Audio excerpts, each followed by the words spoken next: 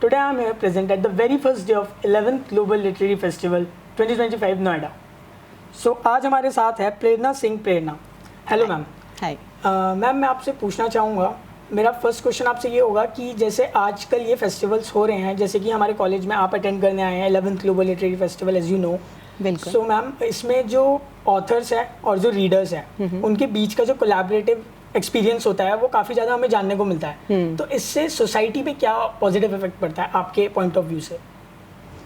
मुझे लगता है ये बहुत ही पॉजिटिव इम्पैक्ट है, क्योंकि आजकल की जनरेशन जो है वो कहीं ना कहीं हम ये फेस्टिवल्स, लिटरली फेस्टिवल्स वगैरह करके ही आज की जनरेशन को खुद से जोड़ सकते हैं. ऑथर्स और रीडर्स जब एक स्टेज पे होते हैं तो आपस में जो बातें होती हैं, एक दूसरे को मैसेजेस जो कन्वे करते हैं, उससे कहीं ना कहीं बुक्स में जो है वो इंटरेस्ट डेवलप होता है और तब वो रीडर्स तक वो टॉपिक पहुँच पाता है, वो बात पहुँच पाती है. और ये एक बहुत अच्छा कोलैब है अपना मैसेज समाज तक पहुँचाने के लिए.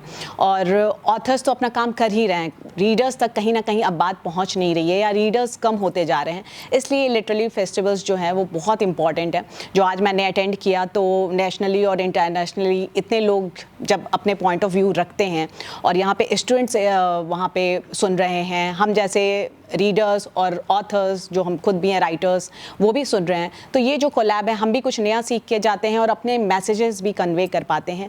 तो आज के समाज में ये बहुत ज़्यादा ज़रूरी है इस तरह के फेस्टिवल्स क्रिएट करना. Okay ma'am. So ma'am, as you said that जो भी ऑथर्स हैं और जो भी पब्लिशर्स हैं उन तक ये बात पहुंचना बहुत ज़रूरी है कि कितनी ज़्यादा इंपॉर्टेंस है ट्रेडिशनल मीडिया की. फॉर एग्जांपल वी से.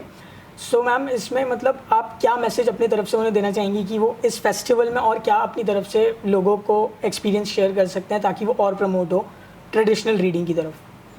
मुझे लगता है कि आज जैसे इतने सारे लोग अपनी बातें, मैसेजेस पहुंचाएं, अब की न्यू जनरेशन जो है वो आजकल सोशल मीडिया पे बहुत ज़्यादा है, तो छोटे छोटे पॉइंट ऑफ व्यूज़ ही अगर हम सब अपनी बातें रील्स में या कैसे भी उन लोगों तक अगर पहुंचाते हैं, यहाँ पे ही अगर हम बुक फेयर का एक छोटा सा ही स्टॉल्स वगैरह क्रिएट करके और जो बुक्स हैं उनके बारे में अगर हम बताएं रीडर्स को, तो कहीं ना कहीं वो मैसेजेस कन्वे होंगे. इसको और थोड़ी सी फेस्टिवल काइंड अगर हम और थोड़ा सा इसको इंजॉयबल बना दें तो कहीं ना कहीं, क्योंकि यूथ जो है वो आजकल इंजॉय करते हुए हर कुछ जानना चाहता है, तो इंजॉयबल अगर हम और उसको बना देंगे तो कहीं ना कहीं और भी ज़्यादा ये फेस्टिवल जो है वो सक्सेसफुल होगा. So ma'am, as a writer अगर आपके पास अपना कोई एक्सपीरियंस है कि आप इसको और कैसे इंजॉयबल बना सकते हैं, या आपने कोई एक आइडिया सोचा हुआ हो एज ए नॉर्मल, तो वो कुछ आप शेयर करना चाहेंगे हमारे साथ? मैं एक आइडिया, मतलब जो अपनी बुक्स के लिए मैं सोचती हूँ कि जैसे उसके कुछ कोट्स होते हैं, कुछ लाइंस होते हैं. जैसे अब मैंने कुछ लिखा है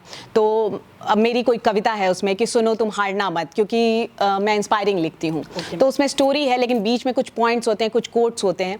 उस कोट्स को मैं एक तो हाईलाइट करके कुछ वैसा बनाऊंगी और कहीं ना कहीं उस पॉइंट को मैं ज़्यादा हाईलाइट करूँगी अपने रीडर्स के पास, ताकि वो इंटरेस्ट डेवलप करें. वो थोड़ा म्यूज़िकल भी हो सकता है कि थोड़ा अगर मैं अपना बुक लॉन्च कर रही होंगी तो थोड़ा उसको म्यूज़िकल ले जाऊंगी कि सुनो तुम हारना मत, क्योंकि तुम्हारे साथ हारेंगे वो सब जिन्होंने तुम्हें पेड़ की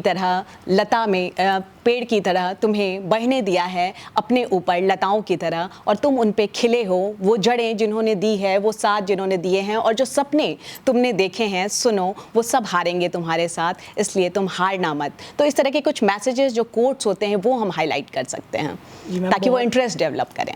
जी मैम, बहुत ही सुंदर आपने बोला. इसे सुन के हमें भी बहुत प्रेरणा मिली कि हमें कैसे और मतलब रीडिंग को प्रमोट करना चाहिए आगे अपनी लाइफ में. Thank you so much ma'am. It's very nice to have you on the dais and talking with you. Thank you so much, Vedant, for sharing. I loved to share my ideas and views in AFT. Thank you so much. Thank you so much. For more videos, keep watching AFT 24/7 Noida.